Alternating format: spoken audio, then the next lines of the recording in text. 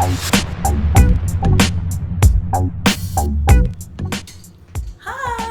Today we are going to be talking about one of my most favorite topics, aliens. We're going to be talking about the Rendlesham Forest Incident. Let's jump right in. The Rendlesham Forest Incident happened in Suffolk, England in 1980 and spanned over 3 days, December 26th through 29th. It's one of the most well-documented UFO sightings in the world. If you know about Roswell, you probably know about this one. This is actually even more well-documented than that one. It involved an insane amount of witnesses, from people in the United States Air Force to the security police as well. I've corroborated and used material for this video from this book, as well as online sources, including the RendleshamForestIncident.com. Also, there is an episode on Ancient Aliens that actually talks about the Rendlesham Forest Incident. It's on season 2, and it is... Oh, I'm missing a disc.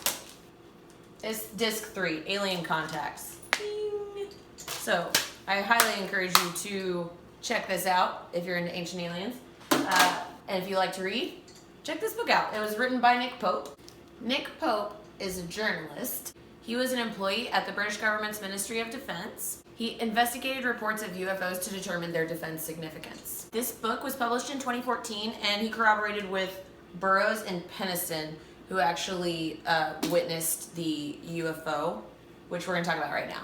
So, let's get into it. The night of December 26th, 1980, at RAF Woodbridge, which is Royal Air Force Station Woodbridge in Suffolk, England, Airman First Class John Burroughs was patrolling the east gate of RAF Woodbridge when he saw lights in the sky. He saw a triangular craft ascending into the woods over Rendlesham Forest. Rendlesham Forest is the forest closest to the Air Force bases Woodbridge and Bentwaters, which were twin bases. He described the craft as having red and blue flashing lights. So Burroughs turns to his superior, Staff Sergeant Bud Steffens, and is like, "Hey bro, check this out, oh my gosh." And they look over and they're watching this together. They knew for sure it wasn't a crash landing of a military aircraft because, first of all, they would have heard it, and they knew that there was not really any aircraft in the sky at this time because it was December 26th. No one was flying. They thought maybe it was an aircraft from, like, a civilian. But anyway, immediately they wondered if it was a threat, so they drove over there to see what was going on. And they phoned in a brief report using a landline in case there was some kind of security breach. Burroughs talked to Sergeant McCabe, who thought he was playing some kind of practical joke on him. So he said, no, put your staff sergeant on the phone. So Bud Steffens gets on the phone and he's like, "No, yeah, this is really happening. We really saw something happen that was weird." So McCabe calls Central Security Control, Staff Sergeant John Coffey. Coffey is in charge of managing the air crashes. So Coffey calls the on-duty flight chief at RAF Woodbridge, Staff Sergeant James Penniston. Penniston was not briefed on the incident, but was told to go meet up with Burroughs and Steffens and take a driver with him. So Penniston is feeling a little bit irritated at this point because he wasn't briefed on the situation of what was going on. But that was what kind of gave him the inclination that there was something weird going on because they were not following standard operating procedure. So he drove out there. They're going back and forth talking about what this could be. They know that it's probably not a military aircraft, like I said before, and so they're thinking, well, what's going on then? But Stefan made a comment that kind of threw them all off because he said it didn't crash, it landed. And so this sort of like switches gears, I would say. So Penniston radios Central Security Control. He speaks to Master Sergeant J.D. Chandler, who oversees both of the bases' security. So Chandler checks the position with regard to all the bases in the area, including like the airport and stuff like that. And they actually had received 15 minutes prior this notification that a bogey had been flying in this area and then disappeared over Rendlesham Forest area. So that actually did make sense. Chandler contacts the shift commander, who gives Penniston the okay to go see what's going on. Penniston requests backup, and Chandler himself actually shows up. So Penniston, Burroughs, and the driver go back to the east gate. They're walking toward the lights, which the driver describes as red, blue, yellow. So when Chandler gets there, things start to get a little bit weird. Their stories start kind of not matching up anymore. They can't remember if he was there when they got there or if he got there second. This doesn't really matter. All 4 of their radios begin to malfunction and all of their stories begin to mismatch. But anyway, these are the important parts. So they set up a radio relay to have some sort of communication over a short distance. Chandler stays with the vehicles and the 3 others go ahead. When the radio got staticky, the driver stays so that he can at least talk to Chandler, and then the 2 Penniston and Burroughs move forward from there. So this is where the interesting part of the story starts. So when Burroughs and Penniston walk into the clearing, they say that they feel like the electricity in the air is making it hard for them to move, almost like they're wading through water. And the lights are getting brighter and brighter. As soon as they're out in the clearing, there's a flash of light. They both hit the ground because they thought that something was gonna happen to them physically, but nothing happened. They look up and they were fine. It was just a silent explosion of light. So Penniston stands up and he looks over and he describes Burroughs as being encapsulated in a beam of light. He looks forward and he sees a sphere turn into a craft of some sort. He said that it was triangular in shape and it either hovered or it was sitting on top of something very small that he couldn't really see. He described it as having blue lights on the sides and then light on the top of it. So Penniston actually walks up to the vehicle and he sees some type of like inscription on the side of it, like hieroglyphs almost. So he takes pictures and then he sketches them in his notebook. After sketching this out, he actually takes his hand, he walks around the craft, and then he puts his hand on one of the symbols on the side of the craft. Now, this is where things get really cool because when his hand touches the vehicle, he actually receives a download of information, of ones and zeros. And when and then he can't take his hand off as he's receiving this download of information. After what he describes as, he thought it was just a few seconds, maybe 15 seconds or something, he's able to remove his hand. Now, when this occurs, the craft begins to take off and it hovers for a little bit and then it shoots up into the sky impossibly fast. He describes the speed as completely impossible. So the crazy thing is Burroughs doesn't even really remember much of what happened in the clearing. He remembers hitting the ground and there was a lot of light, but he doesn't really remember much after that. Penniston noticed that the day after this event occurred, Burroughs actually did remember and describe the craft, but then didn't remember much after the 48 hours directly following the incident. It was almost as though he went through some type of amnesia. But the team said that Burroughs and Penniston were gone for 45 minutes. Now to them, it did not feel like 45 minutes at all. Penniston thought that it was about 15, Burroughs thought that it was a few seconds, but either way, their watches and their radios had all stopped working at the same time. So they were able to take that information and show that, and the watches and the radios showed that they were gone for about 45 minutes.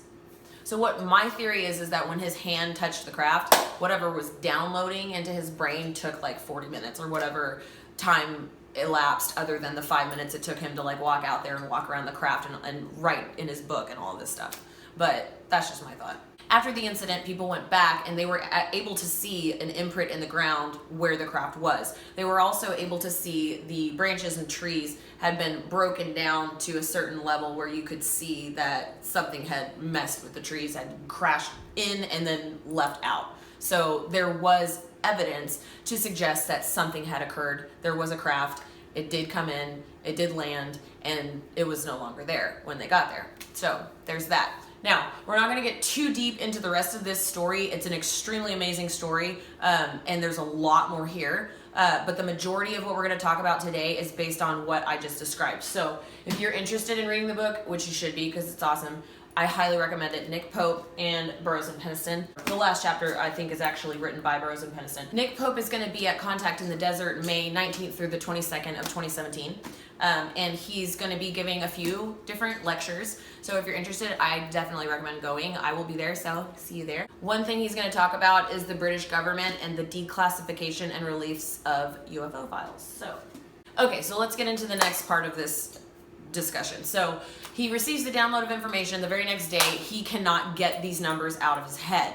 And he's receiving this like inclination to write them down. So he takes his notebook and he writes down all of the numbers, ones and zeros. Like I think it's 15 or 16 pages worth of ones and zeros. You can look at the notebook. All this information's online, or I think it might actually even be in the book somewhere. Let's see if I can find it. That'd be cool. I mean, I'm going to put it up on the screen anyway, but maybe they didn't put they put the drawings of the craft, like the sketches that he made of the craft and the hieroglyphs, or the glyphs, whatever you want to call them. Yeah, I don't see the binary code in here. Anyway, yeah, you can get that online. I'm going to put it up in the corner here too, just one of the pages, because obviously I'm not going to show you all 15. It doesn't matter. You get the point. So once he writes down the numbers, they go away. And obviously this is a freaky thing to happen, okay? Everyone's like sort of freaked out. Like my family lived in Suffolk, England when this happened, so like they were there.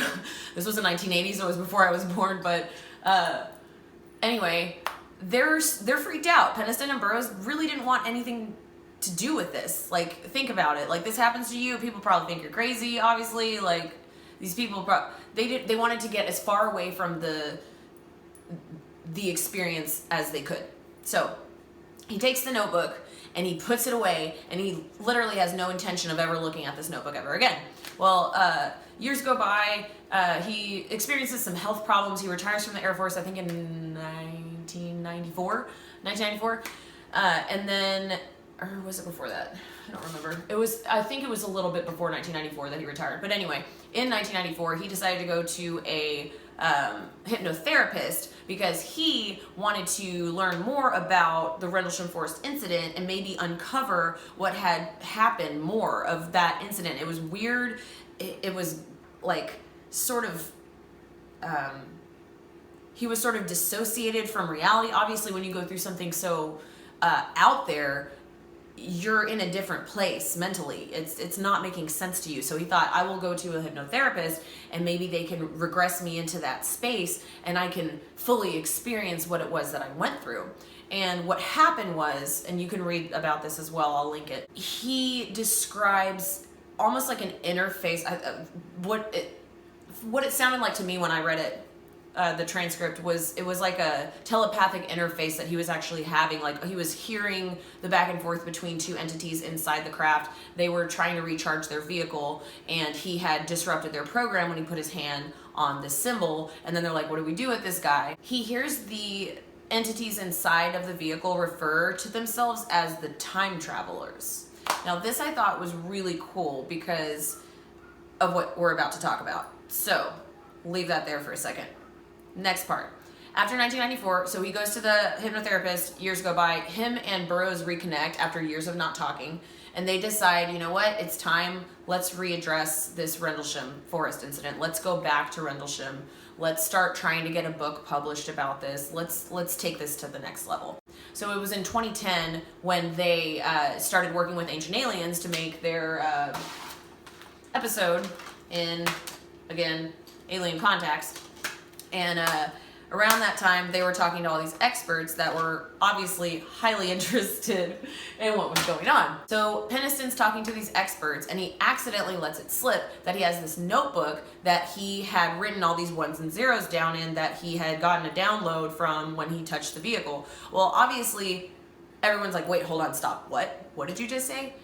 We need to see this notebook. There just so happened to be a guy there who is an expert in binary code. Dun, dun, dun. So this is when things get really interesting. So he dredges up the notebook, gives them the notebook, and then we have the binary code decoded, okay? So this is really cool. I printed it up, but I will definitely, flash this on the screen. The expert found groupings of text, and in the middle, there were GPS coordinates listed. You can learn more about how this was decoded because the whole process is online on RendleshamForestIncident.com. So you can look into all of this yourself. I encourage you to do it. So what I want to do now is talk about those GPS coordinates.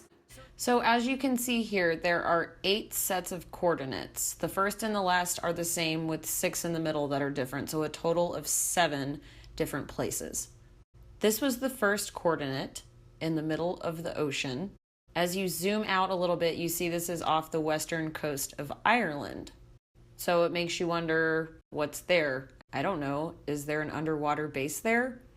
Who knows? But that's the first and the last coordinate that we see in the set.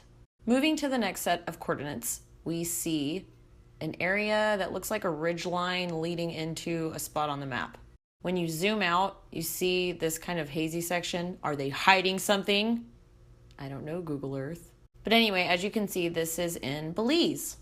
So as far as Belize goes, there's a lot going on in Central America, as we know. There's so much history there, lots that has not yet been uncovered. I went to Belize myself, and I went down into a cenote, and when I went down there, I was like by myself with one other person, and it felt really weird. Some weird energy in there. It was like very, almost like what Penniston describes as like really thick air, and you just feel electricity. And I didn't get in the water because I was freaked out by it. I was like, there's something off about this place. And so when we left, we got into the cab and we were talking to the cab driver, and he explained that there's actually a pyramid down there. And that's really interesting because first of all, it's a pyramid underwater, and I'm thinking, why haven't they excavated it? And then he proceeded to tell me there is so much that has not been excavated around here, is what he said, because they don't have the money and there's just so much. So that's one thought. And then I went to Koba and they said the same thing. They're like, we've only started really getting to excavate this since like 1980, and they're just now getting to the point where like it looks really good and everything. There's so much to be excavated. So there's a lot in Central America that we don't know about. So here's the third set of coordinates. And what I want you to notice here is the pattern of a ridge being present very close to the coordinate location. The one in Belize also had a ridge very close by. This is actually in Sedona in Red Rock State Park. Zooming out a little bit more, you can see in these areas there's a lot of UFO activity around here, you know, in like Phoenix and Flagstaff. You've got your energy vortices in Sedona. Also, you got Joshua Tree close by. There's Roswell over there. Lots of UFO activity in this area. The next set of coordinates, well, what do we have here? The pyramids at Giza. Surprise, surprise. So notice that the exact GPS location is between two of the Giza pyramids, not directly on top of one. And then I zoomed out to show that there's a ridge close by as well. There's the Nile. And then the coordinates at the top of that. It's even more prominent when you zoom out to this. And what is this? Our fifth coordinate. Anyone want to take a guess on this one? You got it. It's the Nazca Lines in Peru. Here's the sixth coordinate. I zoomed out and I looked at places near that coordinate. There's a cool feature on Google Earth where you can click the button that says places near, and it'll show you what is close to it. And this is actually Mount Tai in China.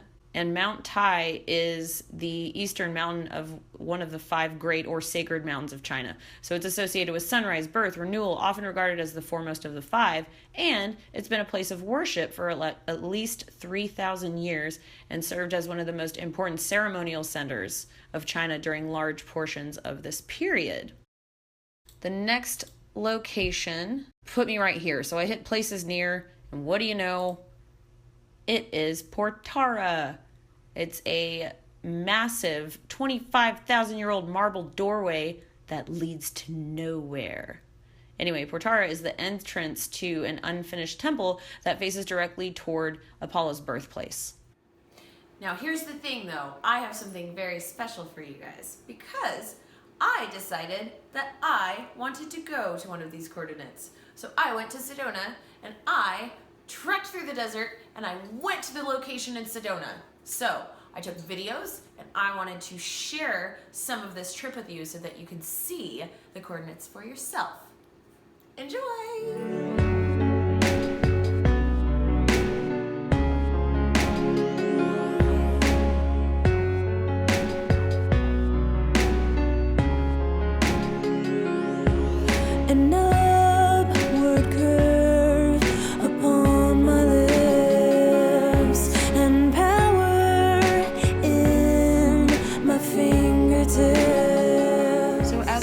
Up to the coordinates, you'll notice a tree that's been propped up by a rock, and then I walk up and notice that it's fallen directly on top of the exact location of the coordinates. Both of these trees are fallen over right on the very spot, 34.800272 north and 111.843567 west. So this is the coordinate right here. the coordinates right by the pyramid at Giza is not actually like right on top of the pyramid. It's actually in the middle between the complex of all the pyramids. So we are in between a mountain here. We're standing, supposedly that's a volcano over there. And then as the camera moves over, there's a really cool looking mountain that you can't really see because it's hidden. But we're between two very prominent mountains. Here's another shot of the tree that's completely out of its root. It's not rooted to the ground at all, so it looked like it'd been moved there and then propped up. One thing that I find interesting is that directly north of the coordinates, there's a tree right in front of it, about, I would say, 10 feet north, and there's a hole right through the tree that you can see through. The tree looks like it's been here for a while. The roots are definitely there. It was probably here whenever this was actually Turkey Creek with water in it. Yeah. So this would be a good marker if you're trying to come to this place. This is 10 feet directly north of the coordinates. So, in conclusion, are the GPS coordinates in Sedona a sacred place from the past? Or will one day those coordinates be a location as prominent as, I don't know, Nazca or Giza or the Temple of Apollo? Because if you think about the concept of the time travelers, these were places from the past or potentially from the future, right? So the place underwater by Ireland, maybe there's something there, maybe there will be something there. Same thing with Sedona, who knows? But what's interesting is that if we could authenticate this notebook with these codes in them, it would be really, really cool, because GPS didn't come out till later. If we could authenticate that these GPS coordinates came out of this binary code from a notebook that was created in 1980, that would be really amazing information to show that this was real. If he didn't know anything about GPS and he was able to come up with these locations before we had GPS, that right there alone, that piece of truth would be integral in authenticating the whole story itself, to show that there was some kind of higher technology that was passed to Penniston through him touching and interfacing with this craft. So my next question is, how can we authenticate this notebook? Let's see if we can make that happen. I mean, think about it. I mean, there are experts on this, right? I mean, they probably age the ink, they age the paper. There's a way to do this. So Penniston, Burroughs, like my peeps, people that are into this, the people that know, you know, Nick Pope, whoever, like let's start talking about that. Let's start that conversation. I'm really interested in taking that to the next step, which is why I'm making this video. So anyway, there it is. Please comment below, subscribe to my channel, let me know what your thoughts are on this, and please get the book, check it out. Hope to see you at Contact in the Desert. We'll be there. I'll be hanging out, listening to Nick Pope and some other awesome people. And yeah, I'm gonna end with my tagline, which is so wildly, highly appropriate for this video. All around us are pieces of the gigantic cosmic puzzle. Let's attune to its frequency.